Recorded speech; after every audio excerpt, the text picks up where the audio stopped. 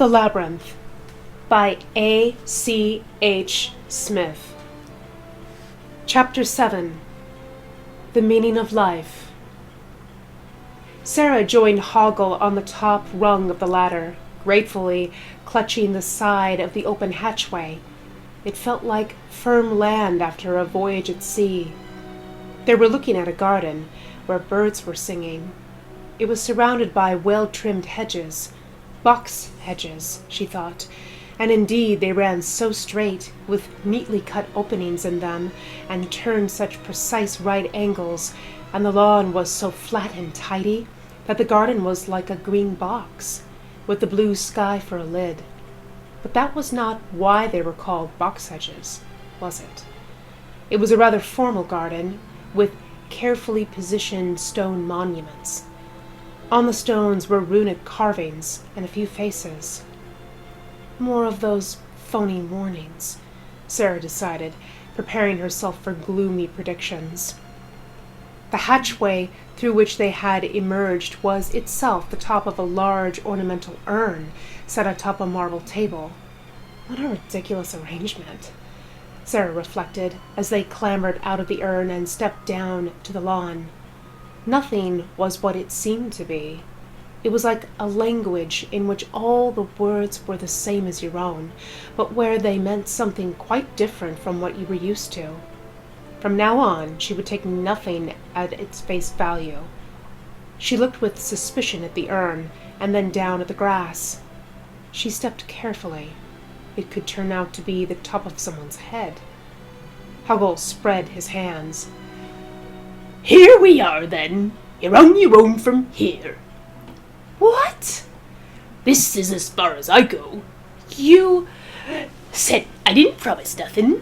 He shrugged callously. "But you... and you said you didn't need anyone to save you." "You little cheat!" Sarah was outraged. "You nasty little cheat!" "I'm not a cheat. I said I'd take you as far as I could go. Well, this is it." "You're lying. You're a coward and a liar and... He sniffed. "Don't try to embarrass me. I have no pride." "Pipsqueak!" "Don't say that!" Hoggle tightened his fists. "Nasty, double-crossing, little runty, cheating, no-good pipsqueak!" "I said don't say that!" His eyebrows beetled. She leaned toward him and whispered, "Pipsqueak." "No!" Hoggle's body clenched. He bared his teeth, then opened them to scream. With his feet together, he jumped in the air, thumping the ground as he landed. Then he lost his balance and rolled on the grass, beating his fists in the air, kicking his stumpy legs.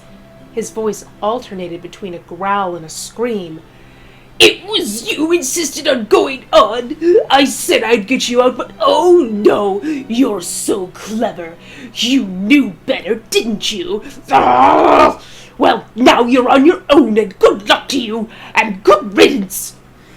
He closed his eyes and rolled on the grass again. Sarah watched him, her mouth open in amazement. She had never seen anyone so angry, not even Toby. Eventually, Hoggle subsided and lay for a while, his eyes still closed, his body twitching occasionally. Sarah wondered if he needed some sort of help. She felt guilty. She had provoked all that with just her one word, which was clearly more hurtful than sticks or stones. Hoggle opened his eyes. He did not look at her as he stood up, brushing himself down, and pretended he had enough dignity left to turn away with his head held high. "Hoggle won't be coming back to save you this time," he informed her. "Oh, yes, he will," Sarah muttered under her breath. And before he could get away, she darted forward and snatched the chain of brooches and badges from his belt. She had to tug quite hard to get it off, and he staggered forward. "Hey!" he protested. "Ha ha!" She held his precious jewelry too high for him to reach. He danced around beneath the dangling chain, trying to jump up and grab it. It was no good. "Give that back!" he shrieked. "No! You can have it back when I get to the center of the labyrinth." "But you heard Jareth!" Hoggle whined. "The center is farther than I can go. No, no!" His whine had risen to a shrill whimper. "Upside down in the bog of eternal stench," he said. His eyes closed and he shuddered. "Now, there's the castle," Sarah said in a deliberately matter-of-fact voice, one a parent might use to a child after a tantrum. Over the hedges, she could see the castle's spires and turrets and towers gleaming in the sunlight, and she pointed to them. "Which way should we try?" "I don't know." Hoggle had turned sullen. "Liar." "Give it back." Hoggle was trying to leap up and grab the chain again. "Give it back!" She ignored him. "Let's try this way," she proposed, and walked smartly through one of the gaps in the hedges, into a hedged alley. Hoggle followed her reluctantly, his chin on his chest. She led the way down the straight alley, and soon came out into another garden, very like the one they had just left. Indeed, it was so like the first garden that it was the same one, she realized. She went to the urn and lifted the lid to check.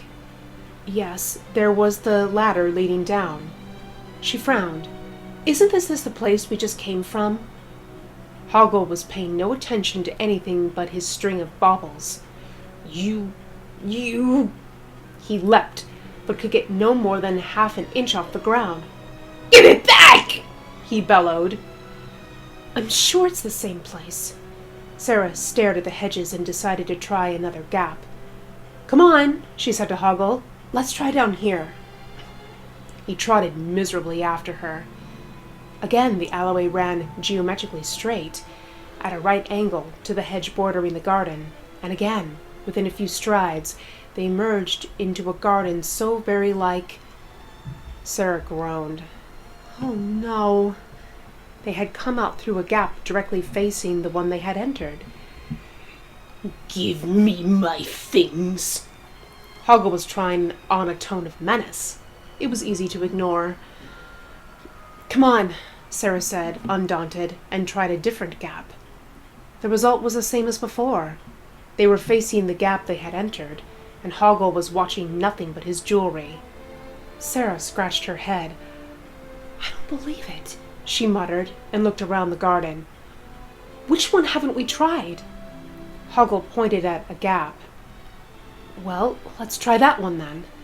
She plunged into the gap. This time Hoggle didn't follow her, but waited, arms folded, on the lawn. It was only a moment before she reappeared. She groaned. "It's impossible." "She's so clever, is she?" Hoggle sneered. "Thinks she can do it all, and she's lost before she's even started." Sarah turned on him. "There's no point in sounding so smug. If you don't help me, you won't get your stuff back." "But..." Hoggle's face fell. "I don't know which way to go," he admitted. "Then you'll have to help in some other way, won't you?"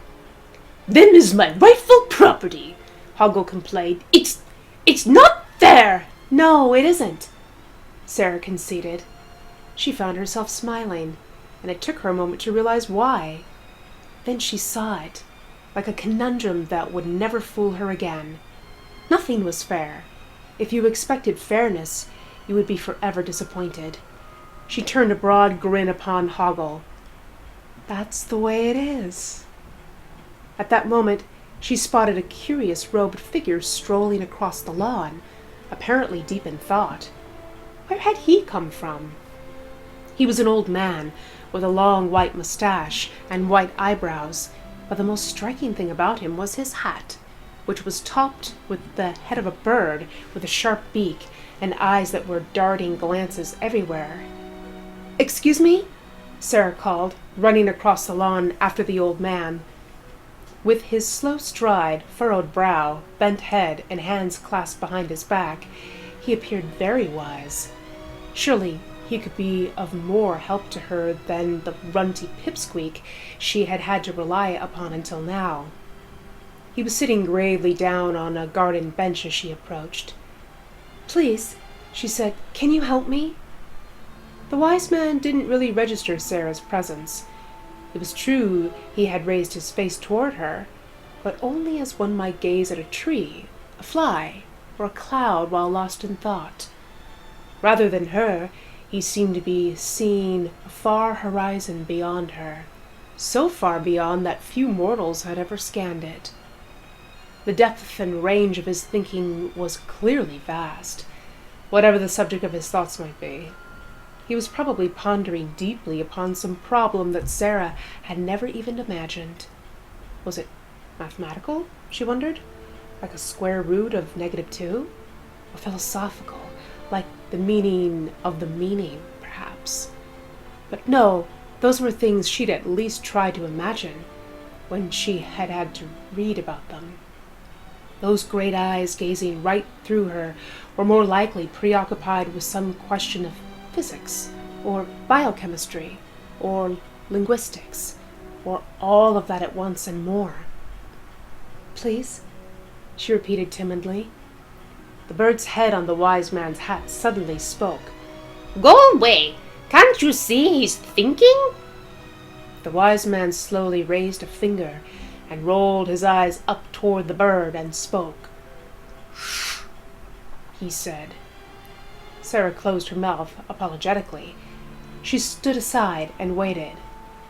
"And don't stare," the hat reprimanded her. "You'll put him off." "I'm sorry." The wise man's lips opened slowly, and his eyes turned upward again to address the hat. "Silence!" he commanded. The hat looked wryly at Sarah. "This is the thanks I get," it said disgustedly. "Where was I?" the wise man was asking. "How should I know?" the hat chirped. "You're the big thinker." The wise man noticed Sarah. "Ah, a young girl." Sarah returned a polite little smile. The wise man's gaze traveled downward and settled on Hoggle. "And is this your brother?" "Oh, no," Sarah answered. "He's just a friend." Hoggle had been about to extrapolate at being taken for Sarah's brother, but now he stopped and looked sideways at Sarah. It was the first time anyone had ever called him a friend.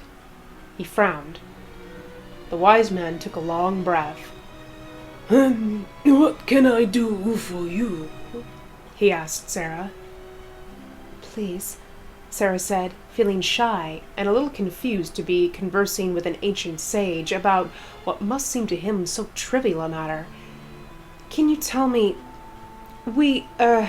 that is, I must get to the castle, but I can't even get out of this garden. Every time I try to leave, I find myself right back here again. I can see the castle over there, but can you tell me, please, how I can get to it?" "Ah." The wise man nodded slowly, closing his eyes. After a while he said, "So you want to get to the castle?" "How's that for brain power?" demanded the bright-eyed hat. "Quiet!" the wise man commanded. "Nuts!" the hat replied. Sarah put a hand over her mouth to conceal a giggle. The wise man composed his hands together on his lap. "So, young woman," he told her, pursing his lips in thought. Nodding, he explained, "the way forward is sometimes the way back." His hat pulled a face.